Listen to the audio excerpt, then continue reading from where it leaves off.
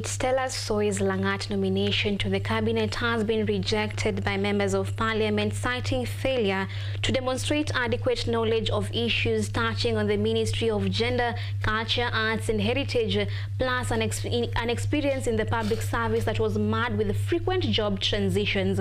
Ivy Masharia has the details.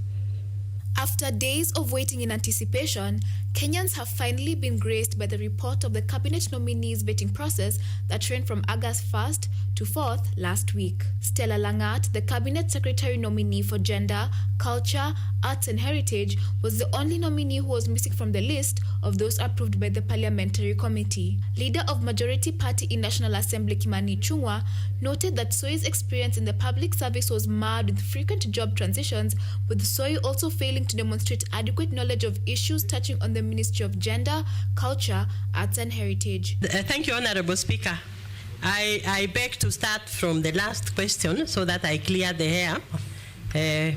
Honorable Speaker, maybe also to shed some light on the operation of a public service where I've served for 29 years, Honorable Speaker. In the public service, there is what we call rotation of staff. And in the career, as a career administrator, you can only work in one station for not more than 3 years.